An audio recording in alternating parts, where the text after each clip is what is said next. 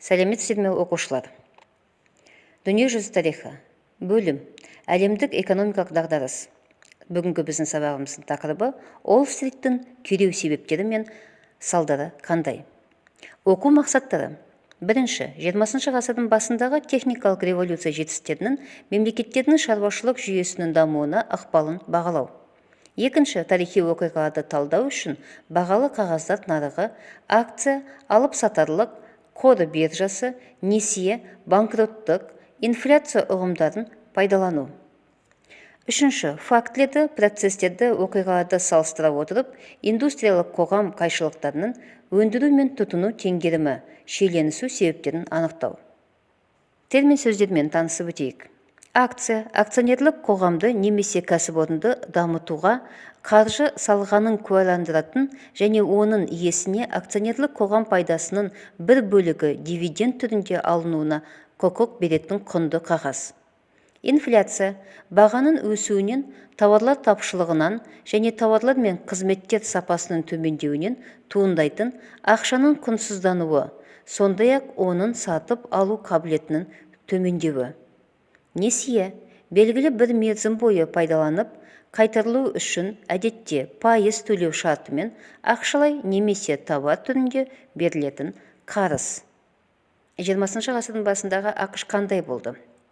Бірінші дүниежүзілік соғыс аяқталғаннан кейін Америка құрама штаты қарыз беруші мемлекеттен керісінше қарызын қайтарып алушы мемлекетке айналды. Бұл дегеніміз Ұлыбританиядағы бүкіл дүниежүзінің экономикасы шоғырланған өңір енді Америка құрама штатына ауысты.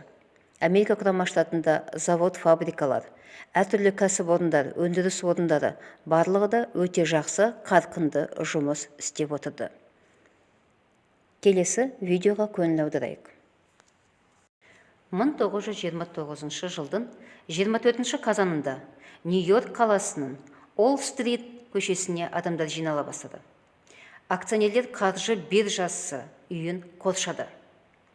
Сағат 10-да акционерлер биржаның есігін бұзып кірді.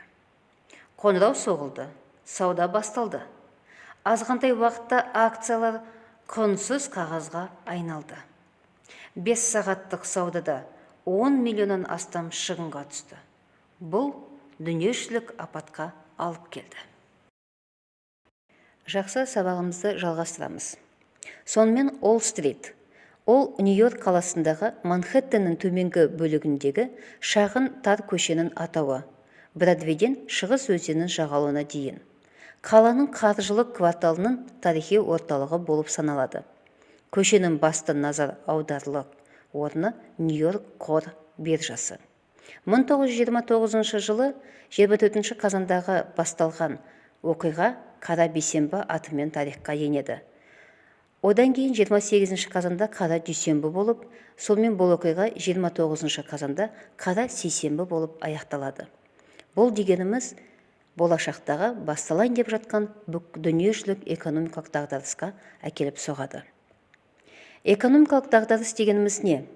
Өндірістің кенеттен құлдырауы, көптеген кәсіпорындардың күйреуі, жұмыссыздықтың өсуі, жалақы мен акциялардың төмендеуі.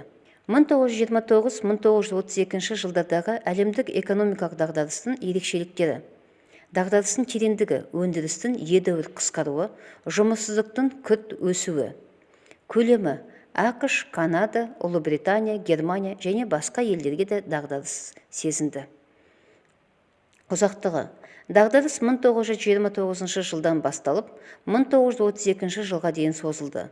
Бірақ екінші дүниежүзілік соғыстың басталуына дейін экономика бұрынғы даму деңгейіне жете алмады. Артық өндіріс дағдарысы. 1920 жылдары өнеркәсіптің жаппай өндіріс технологиясына ауысуы, өндірістік желілер, конвейер, төмен тұтыну, ұлттық табыстың біркелкі бөлінбеуі. Бұл биржалық дағдарысқа алып келіп соқтырды. Биржалық дағдарыс 1929 жылы бағалы қағаздар бағамының күрт төмендеуі.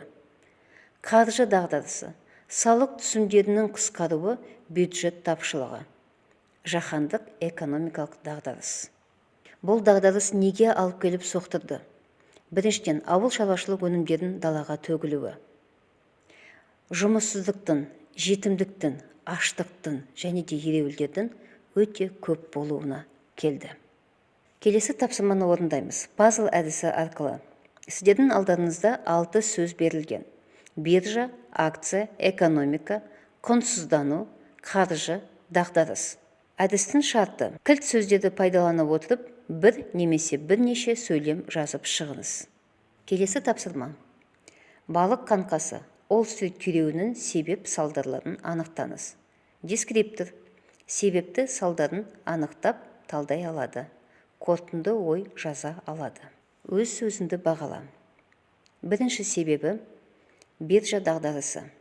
Екінші себебі мафия және көлеңкелі экономика. Үшінші қаржы дағдарысы. Салдары банктердің банкрот болуы. Екіншісі өнеркәсіп орындарының жабылуы. Үшіншісі әлеуметтік толқулар.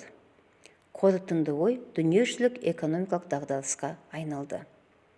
Егерде сіздердің жауаптарыңыз осы берілген жауаптарға жақын болса, онда сіздердің жауаптарыңыз дұрыс деп есептеледі. Дағдарыстан шығу жолдары. Әр мемлекет өзінің шығу жолдарын іздей бастайды. ақш және Ұлыбритания либералды реформалар жолымен шығу іздейді. Франция мен Испания социал-демократиялық шығу жолдарын іздейді. Ал Германия, Жапония, Италия фашизмді орнату арқылы шығу жолдарын іздей бастайды. Балалар, сіздерге оқу тапсырмасы. Дағдарыстың шығу жолдарының қайсысы пайдалы болатынын анықтаңыздар. Оқушылар, өз жетістіктеріңізді нысана стратегиясы арқылы бағалаңыздар. Сіздерге қосымша ресурстар берілген. Осымен сабағымыз аяқталды. Сау болыңыздар. Менің шеберлік сыныбында ұсынып отырған тақырыбым Уолл-стриттің күйреуінің себептері мен салдары қандай? Сабақтың оқу мақсаттары: 20 ғасырдың басындағы ғылыми техникалардың дамуы, жетістіктері, акция, бағалы қағаздар, несие, қаржы, қор биржасы, сонымен бірге қатар және индустриялық қоғам қайшылықтарының шиеленістері. Осы алға қойылған мақсаттарға қол жеткізу үшін мен келесі әдіс тәсілдерді қолдандым. Яғни олар біздегі суреттер, сыр шеттері, терминдермен жұмыс, фишбоун әдісі, нысана әдісі және пазл әдісі. Жалпы әрбір сабағымда оқушылардың сөздік қорын молайту мақсатында терминдермен жұмыс жасаймын. Сонымен қатар оқушылар тыңдалымдақтарын қалыптастыру үшін тақырыпқа сай бейнелі суреттерді көру, бейнені тыңдау арқылы жүзеге асырылады. Оқушылар тек тыңдап қана қоймай, сонымен қатар тірексіз бар арқылы өз оқиғалардың негізгі ерекшеліктерін, негізгі себептерін, салдарларын талдай отырып, түсініп талдайды. Жазылым дағдысын қалыптастыру мақсатында, жүзеге асыру мақсатында пазл әдісін қолдандым. Пазл әдісінде оқушылар сабақ барысында берілген тапсырмаларды орындай отырып, тыңдалым тапсырмаларын тыңдай отырып, білген түсінгендерін пазл әдісі арқылы, түземді ойлары арқылы біле аламын. Фишбоун немесе балық қаңқасы әдісі оқушылардың қаншалықты жақсы ұғынғанын білуге өте тиімді. Оқушылар бұл әдіс арқылы тақырыпты саралап, негізгі сөздерді түсіндіріп, қорытынды ой жазады. Сабақты қорытындысында оқушылар өздерін нысана әдісі арқылы бағалайды. Яғни өзінің қандай деңгейде тұрғанын біле